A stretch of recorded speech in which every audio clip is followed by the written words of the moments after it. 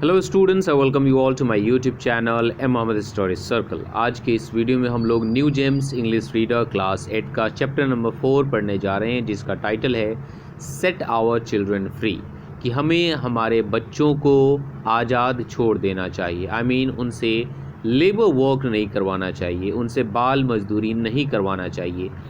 Basically ये जो chapter है वो Nobel peace prize winner Kailash Satyarthi ji का लेक्चर है ना, और उसी लेक्चर को हम लोग इस चैप्टर में पढ़ने वाले हैं।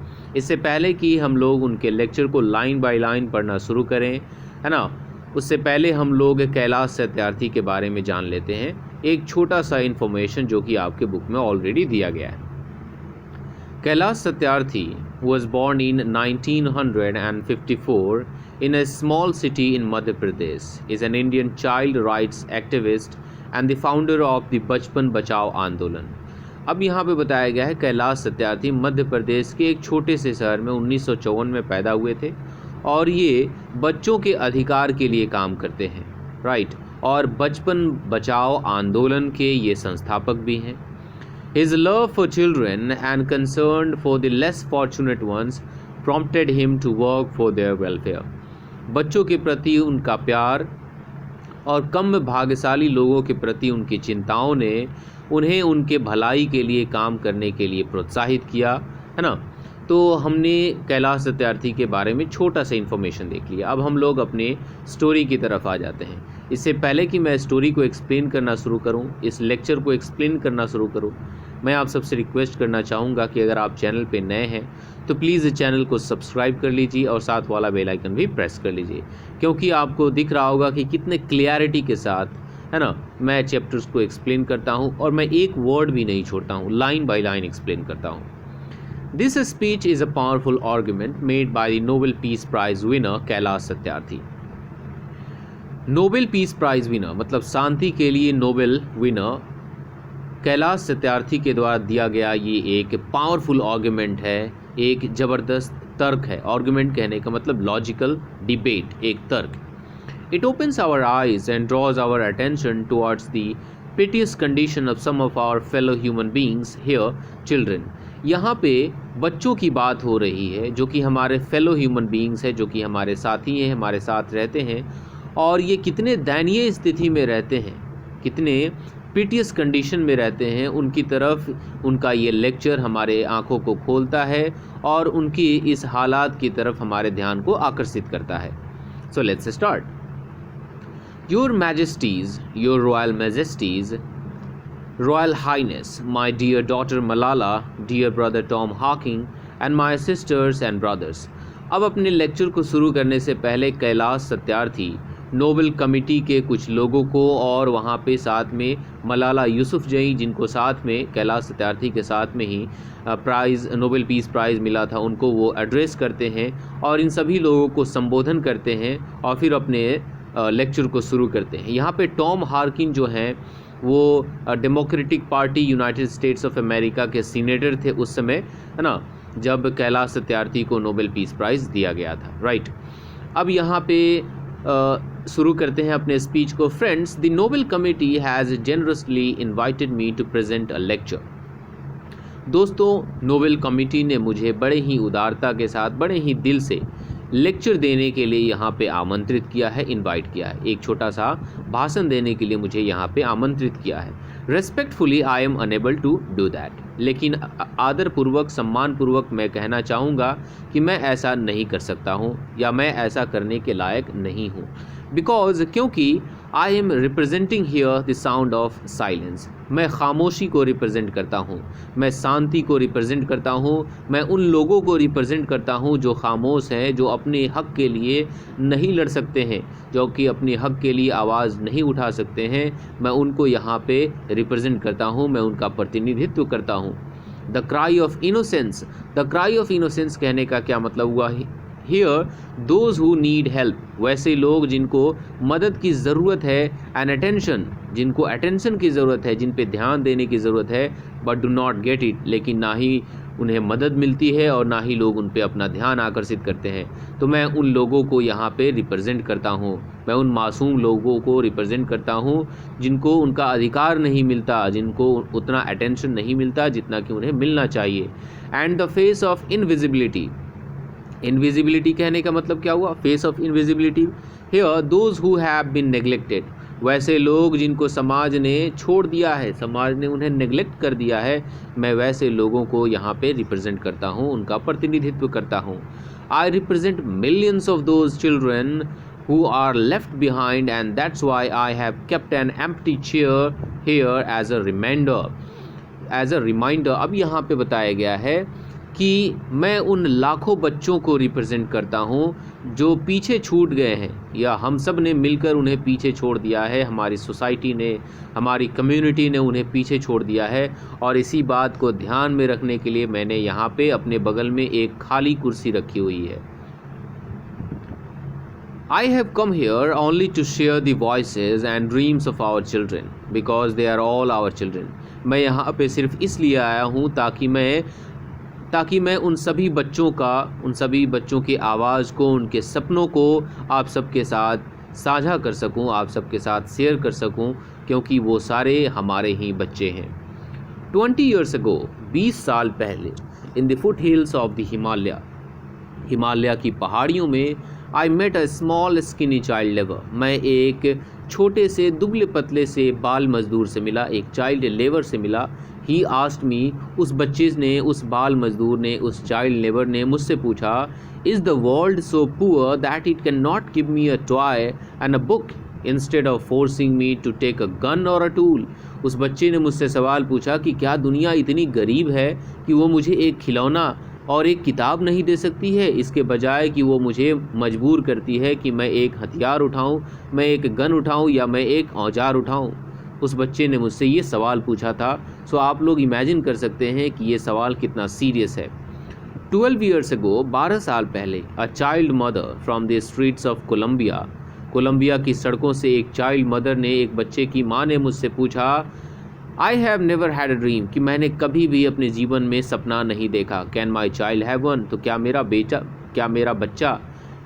बच्चा सपना देख सकता है? क्या उसके पास इतना अधिकार है कि वो सपना देख सके?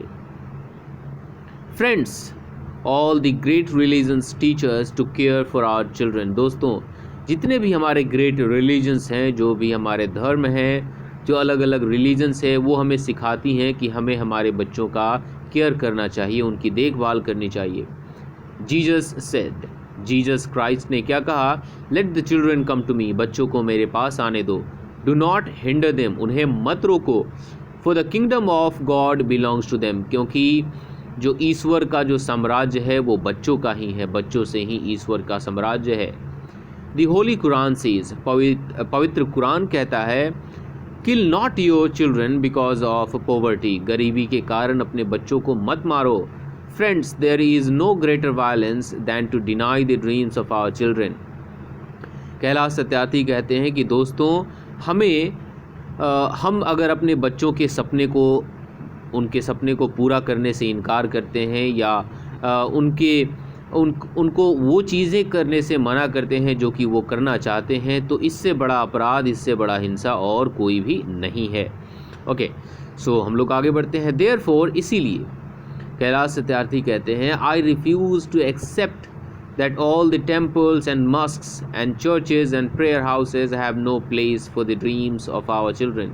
इसलिए मैं इस बात को मानने से इनकार करता हूँ कि जितने भी मंदिर हैं, मस्जिद हैं, गिरजाघर हैं और जितने भी जो दूसरे प्रेयर हाउसेज हैं, उनमें हमारे बच्चों के सपने को पूरा करने के लिए कोई जगह नहीं है। अगर ऐसा कोई कहता है तो मैं इस बात को इनकार करता हूँ, इस बात को मानने से इनकार करता हूँ। अगर कोई धर्म, अगर कोई रिलीजन, अगर कोई रिलीजियस इंस्टीट्यूशन अगर ऐसा कहती है that you can deny the dream of your children, then I refuse to accept this। Kailash Satyarthi आगे कहते हैं, I refuse to accept that the world is so poor when just 1 week of global military expenditure can bring all the children to classroom। मैं इस बात को भी मानने से इनकार कर सकता हूँ, मैं इस बात को भी मानने से इनकार करता हूँ कि दुनिया इतनी गरीब है ना, कि दुनिया इतनी गरीब है जबकि मिलिट्री के ऊपर सिर्फ 1 हफ्ते में किया गया खर्च दुनिया के सारे बच्चों को क्लासरूम में ला सकती है, दुनिया के सारे बच्चों को एजुकेशन प्रोवाइड कर सकती है। तो फिर मैं इस बात को कैसे मान लूँ, कैसे एक्सेप्ट कर लूँ कि दुनिया गरीब है जो बच्चों को पढ़ा नहीं सकती, उन्हें किताबें, उन्हें स्कूल्स नहीं दे सकती।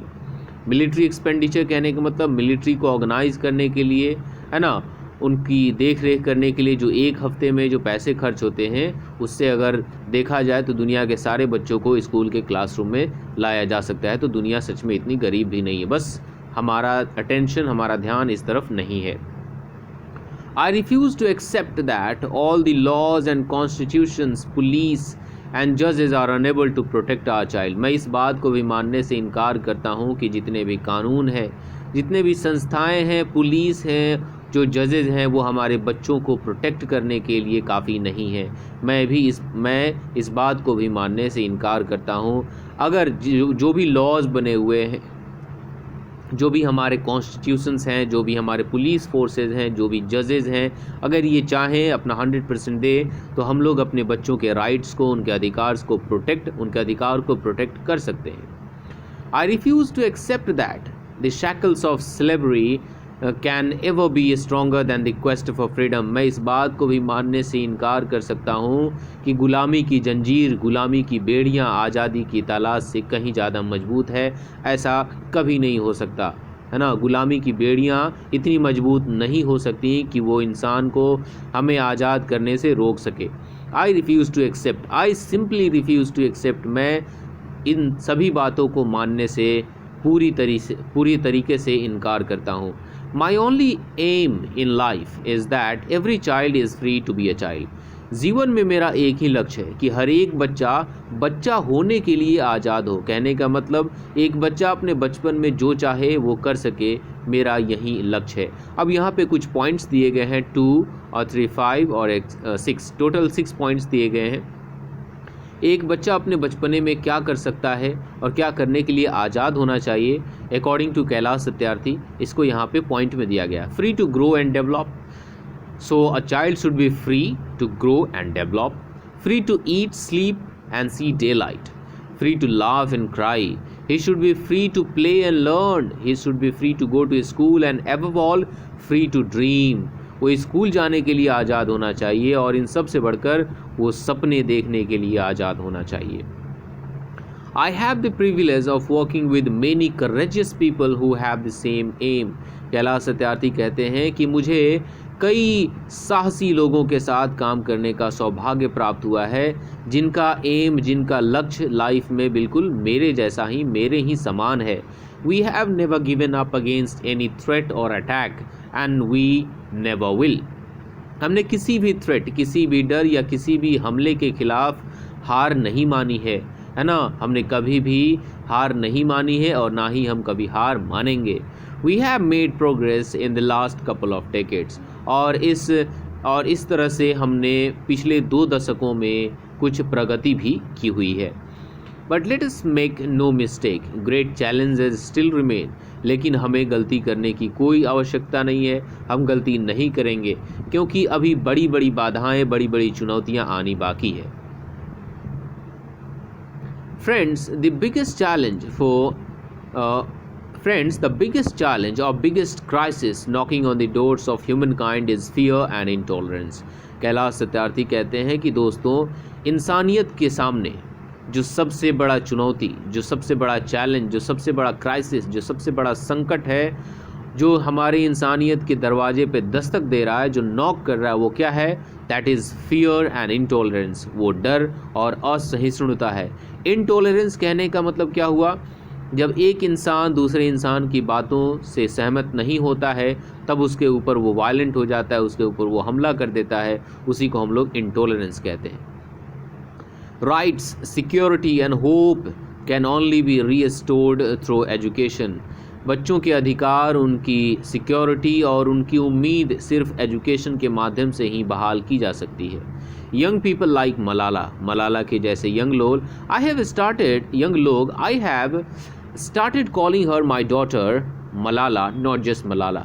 अब यहाँ पे कैलाश सत्यार्थी मलाला यूसुफजई के प्रति अपने प्यार को दिखाते हुए कहते हैं कि मैंने मलाला को सिर्फ मलाला नहीं, अपनी बेटी मलाला कहना शुरू कर दिया है। So my daughter Malala and other daughters including Kainat, in fact 2 Kainats and Shazia, है ना। अब यहाँ पे मलाला के जो 2 बहनें थीं, कायनात और साजिया के नाम को वो मेंशन करते हैं। कायनात और साजिया मलाला की 2 बहनें हैं, right.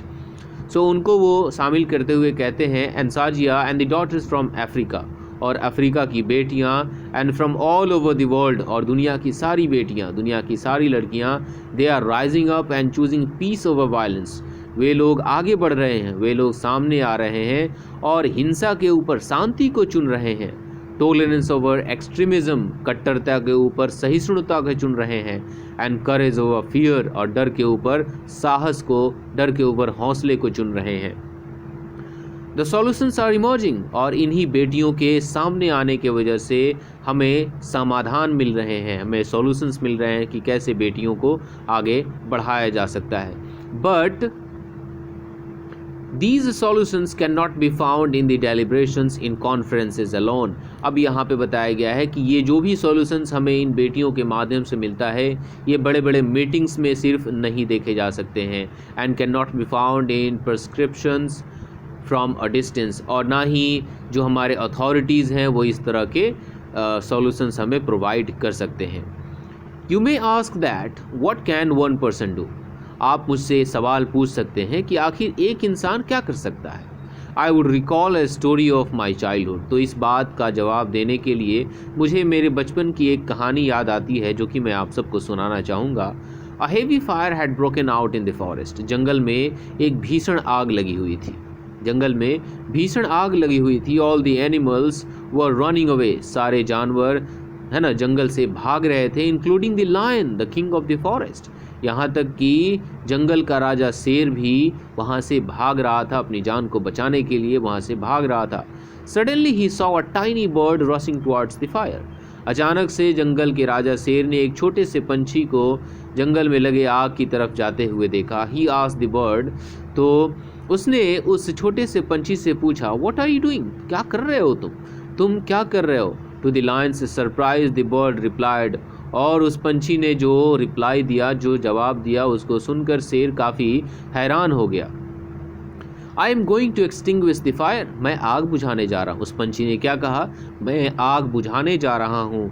The lion laughed and said, उस पंछी की बातों को सुनने के बाद शेर जो था, जो लायन था, वो ज़ोर ज़ोर से हंसने लगा। उसने कहा, wow wow, can you do it keeping just 1 drop of water in your beak, तो क्या तुम पानी की सिर्फ एक बूंद को अपने मुंह में रख के, अपने चोंच में रख के तुम ऐसा कर सकते हो?